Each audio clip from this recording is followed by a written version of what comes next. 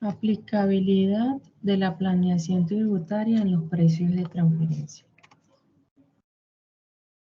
Primero vamos a definir qué es precio de transferencia. Es el precio que pactan dos empresas vinculadas para transferir entre ellas bienes, servicios o derechos. La DIAN en Colombia lo define que es aquella mediante la cual los contribuyentes del impuesto sobre la renta y complementarios obligados a la aplicación de las normas que regulan el régimen de precios de transferencia y que cumplan con las condiciones para ser declarantes, ponen en conocimiento de la DIAN las operaciones que realizaron durante un año gravable con vinculados del exterior, vinculados o ubicados en zona franca o con personas, sociedades, entidades o empresas ubicadas, residentes o domiciliarios en paraísos fiscales. Un ejemplo de estas es que una empresa está en Panamá y la subsidiaria está en Colombia y estas le vendan un producto, estas la denominan empresas multinacionales. ¿Cuáles son los propósitos de los precios de transferencia? Porque tienen diferentes tasas impositivas entre países, protege la base gravable, que se paguen impuestos donde se genere el valor. Esto ayuda a evitar que las compañías incurran en la doble tributación cuando son responsables de renta en el país de origen de la matriz y en los países anfitriones donde se desarrolla parte de su actividad económica. Es por ello que la finalidad del régimen de precios de transferencia es contrarrestar el manejo artificial de precios que pueden presentarse entre entidades vinculadas para impedir las transferencias de utilidades desde un país con altas tasas de imposición a jurisdicciones con tasas inferiores o inclusive a paraísos. Por ejemplo, Colombia es un país con una alta imposición, una tasa de imposición muy alta. Los obligados al régimen de precios de transferencia son los contribuyentes del impuesto de renta que tengan vinculados del exterior y zona franca, paraísos fiscales, regímenes tributarios preferenciales, que realicen operaciones durante el año gravable con vinculados del exterior, personas o sociedades.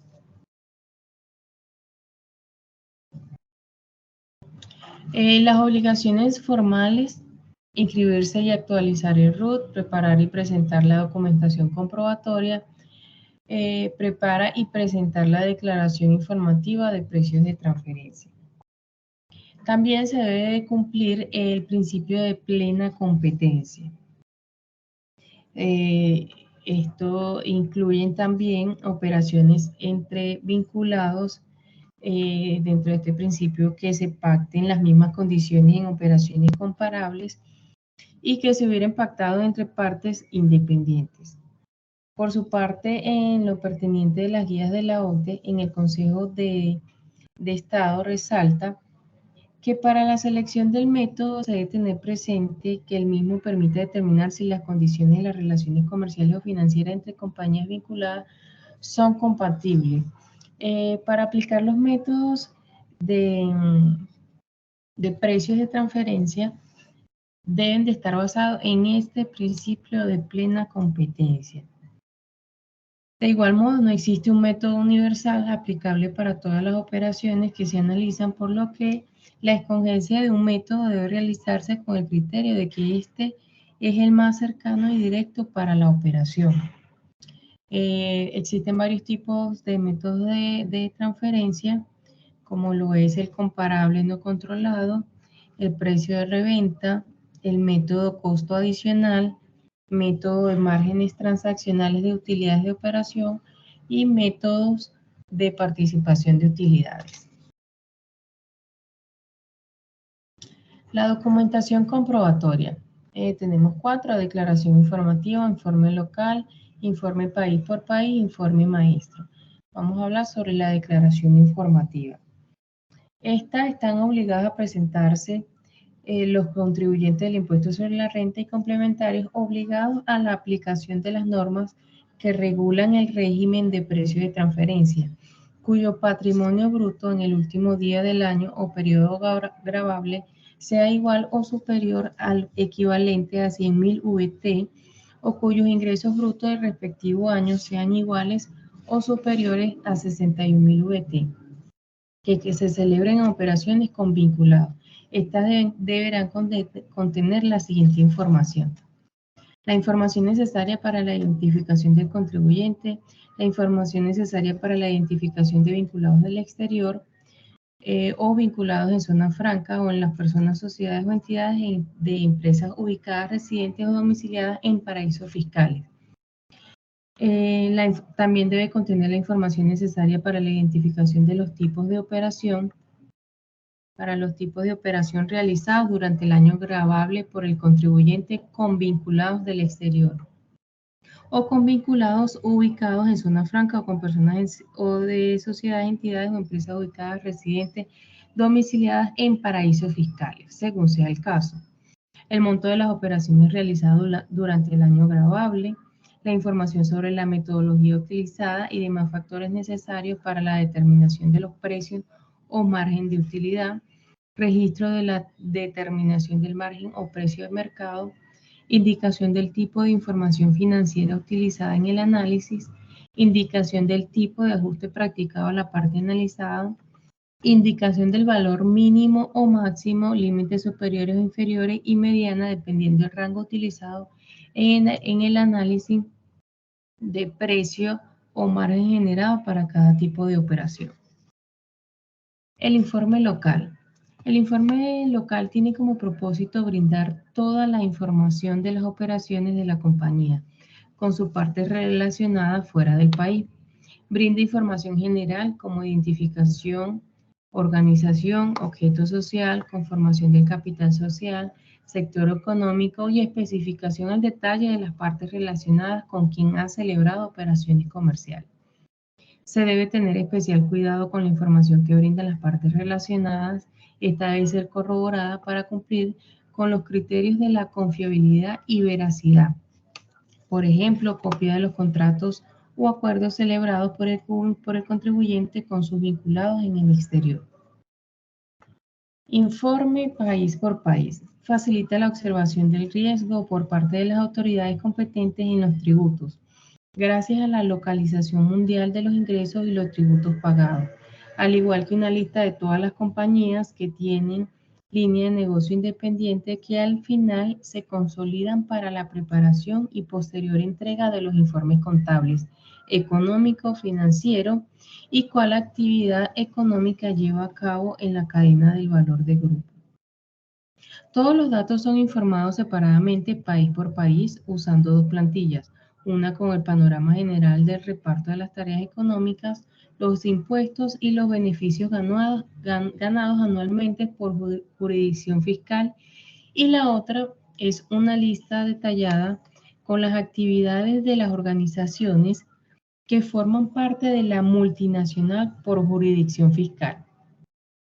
En los documentos aportados se debe certificar la cantidad de empleados, patrimonio aportado, bienes tangibles y beneficios no distribuidos por cada jurisdicción fiscal en la que la empresa examinada realice la transacción comercial. El informe, bueno, ya hablamos del informe país por país, y el informe maestro deberá ser preparado y enviado por aquellos contribuyentes que presenten el informe local y que pertenezcan a grupos multinacionales entendidos como aquellos que consten de 2 o más empresas cuya residencia fiscal se encuentra en jurisdicciones diferentes, o que esté compuesto por una empresa residente a efectos fiscales en una jurisdicción y que tribute en otra por las actividades realizadas a través de un establecimiento permanente. El informe debe ofrecer una visión general del negocio del grupo multinacional, incluyendo la naturaleza económica a nivel mundial, sus políticas generales en la materia de precios de transferencia y su reparo global de ingresos, riesgos y costos. Este informe lo pueden emitir en inglés y la DIAN tiene 20 días hábiles para solicitar su traducción. Sanciones. pueden incurrir en sanciones por documentación comprobatoria y por declaración informativa, o por las dos. No quiere decir que si me colocaron una sanción por documentación comprobatoria o por extemporaneidad, no la pueden hacer por declaración informativa. Entonces vamos a hablar sobre las sanciones de la documentación comprobatoria. Tenemos extemporaneidad por inconsistencia, por omisión de la información reducida y por corrección. Por extemporaneidad, la presentación puede incurrir en sanción la presentación de los 5 días hábiles siguientes al vencimiento del plazo para presentar la documentación comprobatoria. Dará lugar a una sanción del 0.05% del valor total de las operaciones sujetas a documentar, sin que dicha sanción exceda la suma equivalente a 417 UET. En este caso, por ejemplo, si la subsidiaria aquí en Colombia no presentó sus obligaciones formales y lo estima hacer en el año, pongamos ejemplo, en marzo de 2022, pero esta debía hacer la declaración en septiembre. Ya por allí tiene 6 meses por extemporaneidad, lo que en este caso se debe tener muy presente, ya que es en base al valor de las operaciones, y si hacemos una transacción de 5.000 millones, pues la sanción es bastante onerosa. Las sanciones también, cuando con posterioridad a los 5 días hábiles siguientes, el vencimiento del plazo para presentar la documentación comprobatoria, al vencimiento del plazo para presentar la documentación comprobatoria, que era lo que ya había comentado. La sanción por inconsistencia, cuando la documentación comprobatoria presenta inconsistencia, tales como errores en la información cuyo contenido no corresponde a lo solicitado o información que no permite verificar la aplicación del régimen de precio de transferencia, habrá lugar a una sanción equivalente al 1% del valor de la operación respecto de la cual se suministró la información inconsistente. Cuando no sea posible establecer la base, la sanción corresponderá al 0.5% del valor total de las operaciones consignadas en la declaración informativa. Si no es posible establecer la base teniendo en cuenta la información consignada en la declaración informativa, dicha sanción corresponderá al 0.5% de los ingresos netos reportados en la declaración de renta de la misma, vigente, fiscal o en la última declaración de renta presentada por el contribuyente. Si no existiera ingresos, la sanción corresponderá al 0.5% del patrimonio bruto reportado en la declaración de renta de la misma vigencia fiscal o en la última declaración de renta presentada por el contribuyente. La sanción no excederá de 5.000 UET. La sanción por omisión de la información. Se omite la información total o parcial relativa a las operaciones convinculadas. Habrá lugar a una sanción equivalente al 2% de la suma respecto de la cual se omitió la información total o parcial en la documentación comprobatoria. Cuando la omisión no corresponde al monto de la operación, sino a la demás información exigida en la documentación comprobatoria, la sanción será del 2% del valor de la operación respecto a la cual no se suministró la información. Cuando no sea posible establecer la base de la sanción, corresponderá al 1% del valor total de las operaciones consignadas en la declaración informativa. Si no es posible establecer la base teniendo en cuenta la información consignada en la declaración informativa, dicha sanción corresponderá al 1% de los ingresos netos reportados en la declaración de renta de la misma vigencia fiscal en la última declaración de renta presentada por el contribuyente. Si no existiese ingresos, la sanción corresponderá al 1% del patrimonio bruto reportado en la declaración de renta de la misma vigencia fiscal o en la última declaración de renta presentada por el contribuyente. La sanción no excederá de 5.000 UET. La sanción es reducida a las sanciones pecuniarias a que se refieren los numerales 2, 4 y 5, literal A, de este artículo. Se reducirá el 50% de la suma determinada en el pliego de cargos o en el requerimiento especial según el caso. Si las consistencias o omisiones son subsanadas por el contribuyente antes de la notificación de la resolución que le impone la sanción. Sanción por corrección. Cuando el contribuyente corrija la documentación comprobatoria, modificación el precio del margen de la utilidad, método para determinar el precio o margen de la utilidad, el análisis de la comparabilidad, el rango habrá lugar a una sanción del 1% del valor total de las operaciones corregidas sin que dicha sanción exceda de la suma equivalente de 5.000 VT.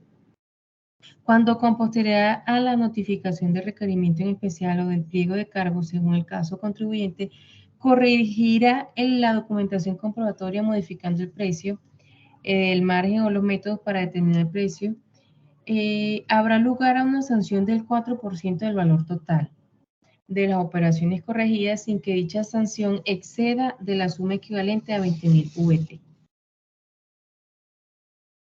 Las sanciones por declaración informativa por extemporaneidad es el 2% del valor total de las operaciones sujeta al régimen de precio de transferencia sin que dicha sanción exceda de 313 VT. La presentación extemporánea de la declaración informativa con posterioridad a los 5 días hábiles siguientes al vencimiento del plazo para su presentación dará lugar a una sanción del 0.1% del valor total de las operaciones sujetas al régimen de precio de transferencia por cada mes o fracción de mes calendario de retardo en la presentación de la declaración. Esta no excede de las 15.000 VT. La sanción por inconsistencia contenga inconsistencia respecto a una o más operaciones sometidas al régimen de precio de transferencia habrá lugar a una sanción del 0.6%.